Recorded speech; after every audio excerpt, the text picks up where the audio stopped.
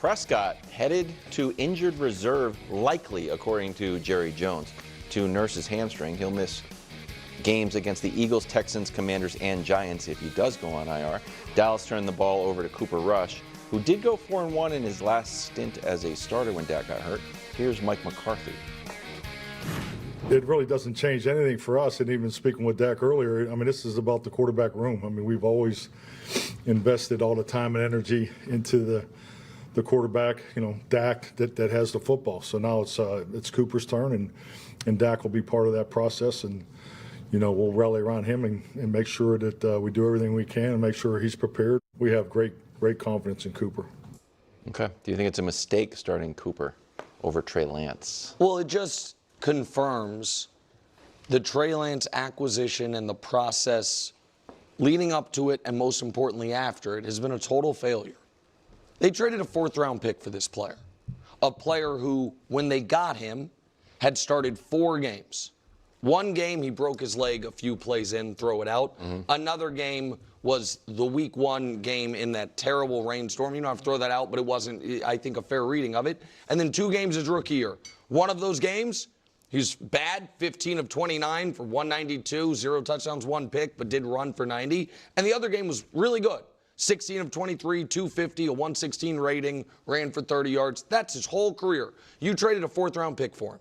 The Dallas Cowboys know better than any team in the league what a 4th-round pick's worth. Dak was a 4th-round pick. Dalton Schultz, 4th-round pick. Ferguson, their tight end, now is a 4th-round pick. Brew's favorite running back of all time, Tony Pollard, was a 4th-round pick. They gave that pick up to get this player.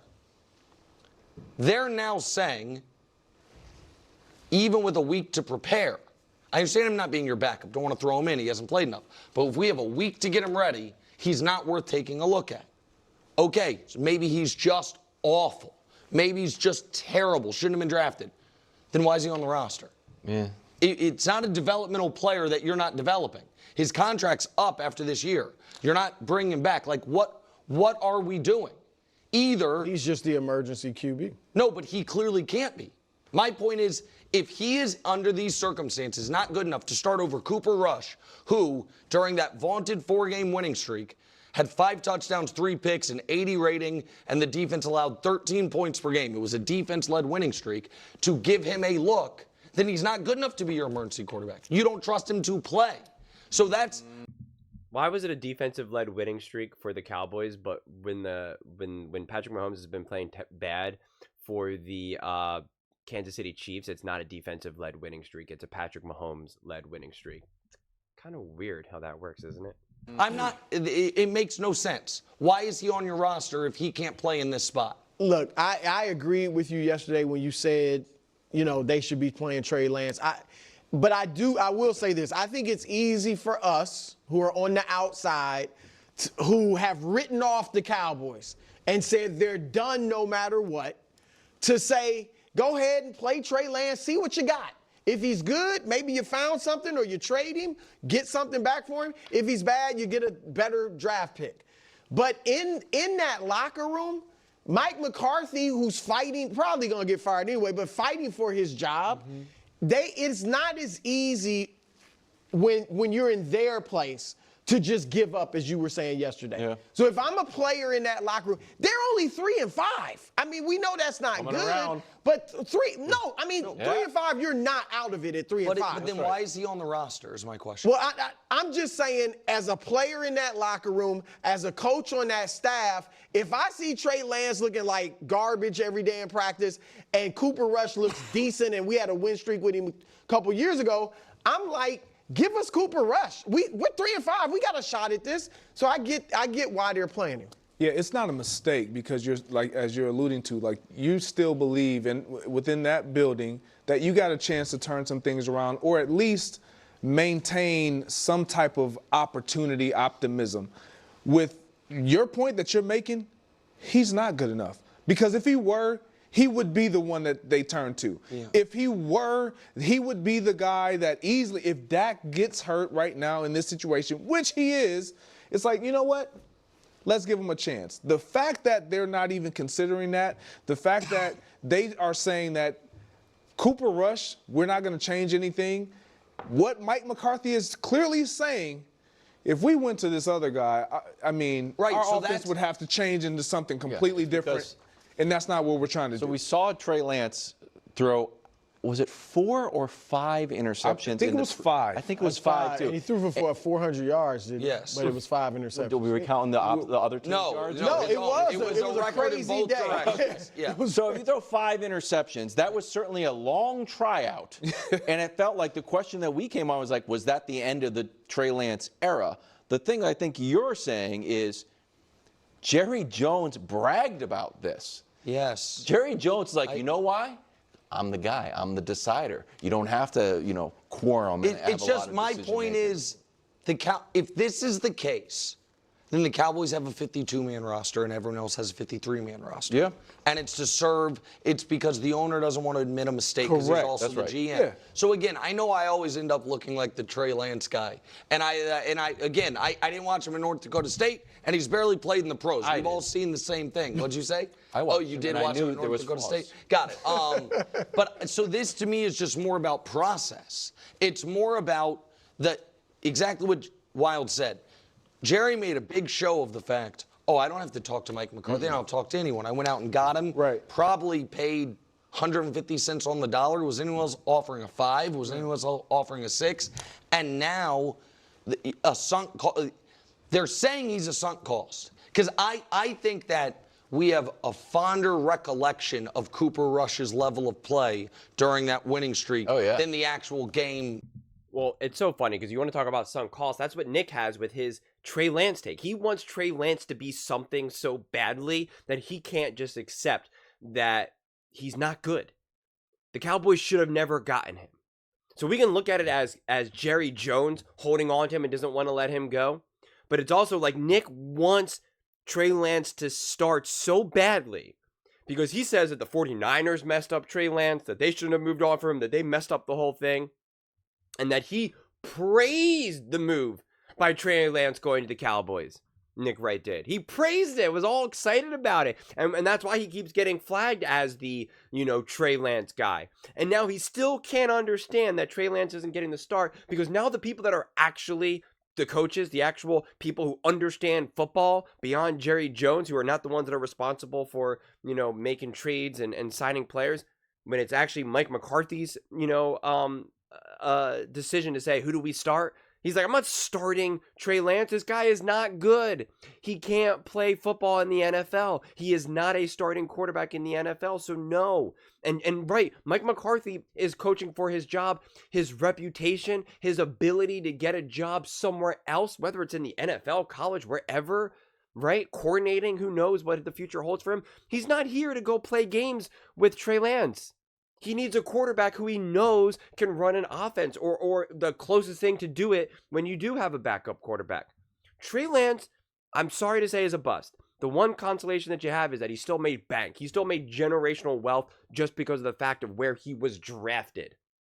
Okay? So that's why I don't feel too bad being so strong on Trey Lance. Because I never like to pull anyone down, quite frankly, but it helps to know that the dude has made more money than 99.9% of the world in their entire lifetime. And he made that in just by signing, what was he, the second overall pick or third? I forget his exact number, honestly, at this point. It was kind of a long time ago. And so, and it's like, so he's already made that money, right? Just in bonuses and all that. So it's like, the dude is good. It's a shame that he ended up not being an actual NFL starter. It's a shame that he never really got his shot as some of these other players, quite frankly. But he's clearly shown to not be good enough. So this whole idea that you're going to trot him out with the Dallas Cowboys and just like they're going to see something in him, it's wishful thinking. That's the sunk cost fallacy. It's this idea that you can't just cut your losses, that you got to hold on to it. It's like if you buy a stock that you think is going to go really high, but now it crashes and it still continues to go down, people hold on to it because they're like, well, I've already lost so much money into it. I'm going to hold on to it, okay? Because it might bounce back. It might bounce back. If I sell it, well, then I'm officially admitting that I lost. And, that's the whole saying. It's like it's only a loss when you sell, right?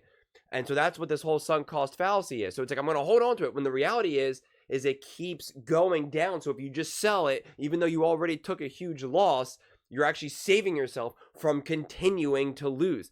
That's what I don't get, because you see a lot of people do this in their takes, and that's what Nick was kind of laughing about, or that's what I should say, that's what Brew and Greg and Wilds were kind of poking fun at Nick for, that of holding on to a take. I'll never understand holding on to a take. I really don't. That these people that make reach a conclusion, have a take, and they just hold on to it and refuse to let go of it despite all of the evidence to the contrary. I don't get it. I really don't. I change my mind all the time, every single day, especially within the sports world. I can really have a confident take, and I will change my mind within a game, within a day, within an hour. So I don't understand this constant double downing over it. Right. My most recent change take would probably be my views on Baker Mayfield. I think what Baker Mayfield has been able to do with the Bucs, considering how decimated they are with injuries. If people want to say, what do you expect Dak Prescott to do? There's all these injuries. Look what Baker Mayfield's doing. Look what Baker Mayfield is doing with his injuries, with all the injuries to the Bucs, right? He actually looks like he's putting his team in a position to win, almost beating the Chiefs. Compare that to what Dak Prescott did with his injuries, which are nowhere near as bad as what Baker Mayfield has been dealing with. And look what you see with Dak. Completely different. Not good enough. So holding on to these takes makes no sense to me. It's not to say that Rush is going to be able to just rip off wins either. The Cowboys, I don't understand why people I think they're afraid to admit this, because the Cowboys fan base is so massive and brings in so much attention and money and just, the fandom it's obviously the largest fan base. I think it's devastating for networks, for ESPN, Fox Sports, all of them out there, CBS, wherever, to have the Dallas Cowboys not win, right? To have them not in the playoffs, to have them not be a contender, right? A team that's good enough for you to talk about day to day to day to day to day, right? If you reach a conclusion, you know what, Cowboys aren't really that good, so we're not going to talk about them. If this was any other team but the Cowboys, this would not be a segment. Nobody would talk, right? Is anyone talking about, did they have a whole long segment about Anthony Richardson and Joe Flacco? I mean, it was barely talked about, right? But it's just since this is the Cowboys, since the fandom and the money is massive, we're having a deep conversation of, should we start the number 2 quarterback or the number 3 quarterback? And the reality is you can't save this season. I'm just going to be honest. You can't save the season. The Cowboys are not good enough this year. They weren't good enough even when they were healthy, and they're certainly not going to be good enough whether Trey Lance or Cooper Rush is your quarterback. That's the reality. I know it's frustrating. I know it, because I know how passionate Cowboys fans can be. I had the same conversation with Bucs fans when they had all their injuries. It's frustrating. Everyone gets so excited for the NFL season, all offseason. You just can't wait. You can't wait. You can't wait. You're hyped. You're pumped. And then the season unfolds nowhere near what you thought it was going to be. Then you have injuries. Players go down. And it's sad. It's frustrating, because it's pretty much you got to say, great, I got to wait literally essentially a year. You have to wait until next August, September, literally essentially a year, 10 months away to kind of start this up again. And it's frustrating. And so you try to hold on to it and try to have that hope. And I feel bad. I feel bad for the masses that have to collectively go through that. That is the unfortunate reality of sports. And it's exhausting. I get it. You can't watch a single game without feeling some injury that just devastated the team, that just changed the entire course of the season. It's exhausting. And so every time I'm rooting for a team or high on a team, and then someone goes down or this or that, you're just why do I even do this to myself? Why do I even watch this? It's all so fragile. Every single team out there is a house of cards. We saw Patrick Mahomes go down. He's limping. He's being held up, and everyone's tapping his helmet, and people are clapping and this or that. And then a play, literally a minute later, he's out there 100% fine, right? So 1 minute, the entire Chiefs season just goes down the drain. The next minute, it's oh, never mind, he's okay. So it's just it's the definition of a roller coaster ride. But, I'm not going to pretend and act like the Dallas Cowboys have anything redeemable right now for the sake of just trying to be hey, let's keep talking about Dallas. Hey, Dallas, Dallas, Dallas, Dallas, Dallas. I'm going to be 100% honest and just tell you it is, tell you it is, and not try to keep kicking this can down the road to try to stretch out engagement. I'm just not going to do it. So it's just, this conversation as a whole is quite frankly, not really even worth having, quite frankly. And I don't blame First Things First or like that whole rant has nothing to do with the media, nothing to do with Fox Sports, First Things First, The Herd, ESPN, First Thing. Like that's not what that's meant to be. It's just like this. It's just to me pointing out, right, the power that the Dallas Cowboys have. Whether they win or lose, they are always talked about because the fan base is just so massive. But I think because of that, you don't always get honest takes about the Dallas Cowboys. You either have people in the media that want to troll them and be like, they're awful, they're awful, they're awful. Or you have other people that want to just keep being like, no, they're good, they're good. Hey, there's a way, come on, they're good, they're good, they're good. And either way, it's trying to fish for engagement from the Cowboys fans. And, you know, I'll just keep it 100. But those are just my thoughts. I'd absolutely love to hear yours.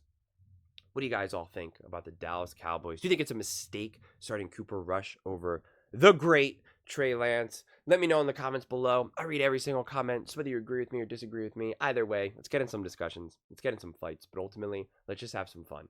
And please do consider subscribing. We are building an amazing community here, and I'd absolutely love to see you part of it. I want to build something that we all genuinely feel connected to. Something that we're really excited to be part of. I think we're on our way to doing it. And please don't forget to give this video a thumbs up, as it really does help with the visibility and the algorithm. Thank you so much, and see you next time.